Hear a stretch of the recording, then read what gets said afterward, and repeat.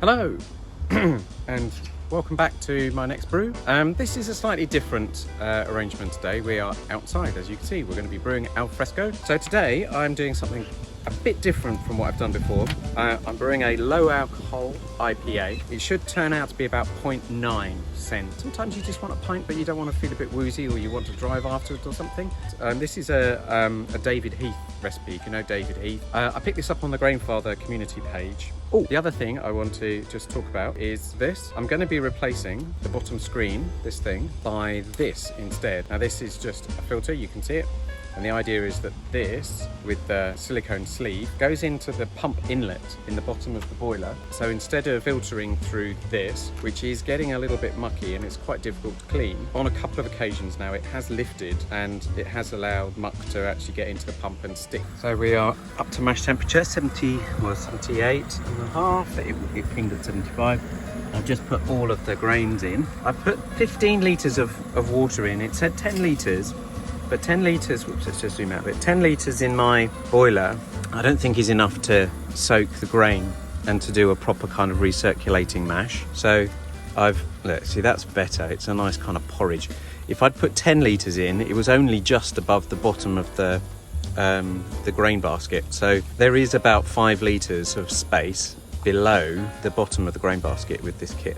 I think the recipe was designed for a Grainfather where I guess the bottom of the basket is lower, and so 10 litres would be enough in that situation, but it's not here. So I will reduce the sparge liquor by 5 litres. Yeah, so a little bit difficult to see, because that grain, that top screen there is, I don't know, about 4 inches above the surface of the grain. I'm going to have to just watch very carefully on the sight glass here. It's currently at 17 litres. I want to make sure that that sits steady at 7 through the whole mash cycle. So it's been going for about 25 minutes, 13 minutes left. That has become really nice and clear, and it's holding nice and steady at about 16 litres, and we're just 79, pretty close. And I've only needed to use 1800 watts of power just to maintain that temperature. And it's a lovely warm day today, so it doesn't really need much heat. So the mash is done, the sparge is done. So the mash actually, it made a bit of a hole here, made a bit of a dent in that point there.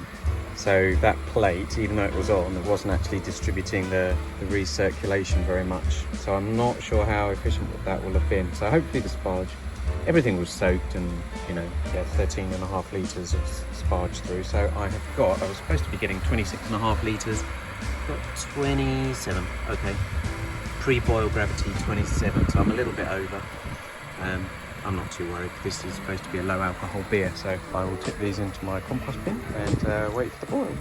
So we're up to boiling temperature. There's quite a lot of kind of whitey stuff in there.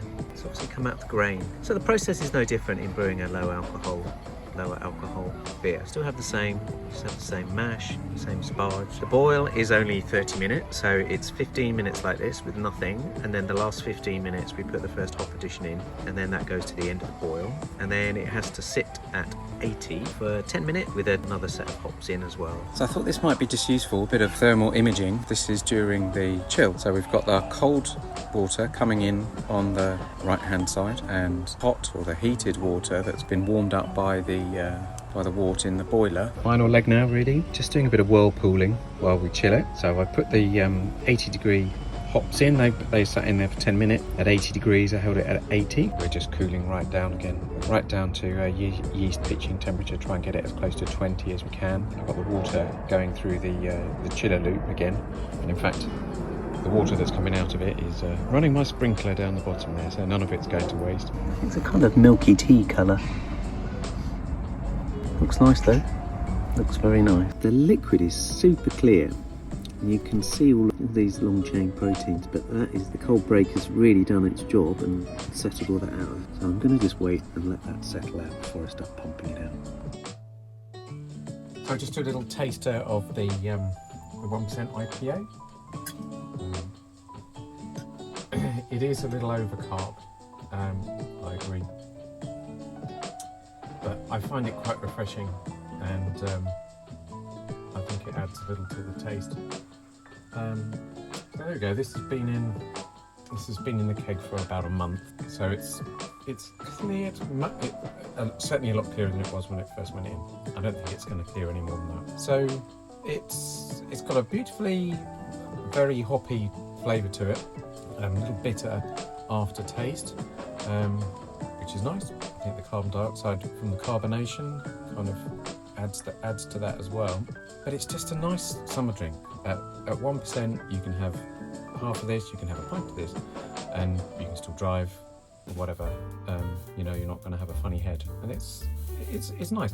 It is a little thin. Of course, you would expect that from something that's only 1%. That it didn't really ferment very far.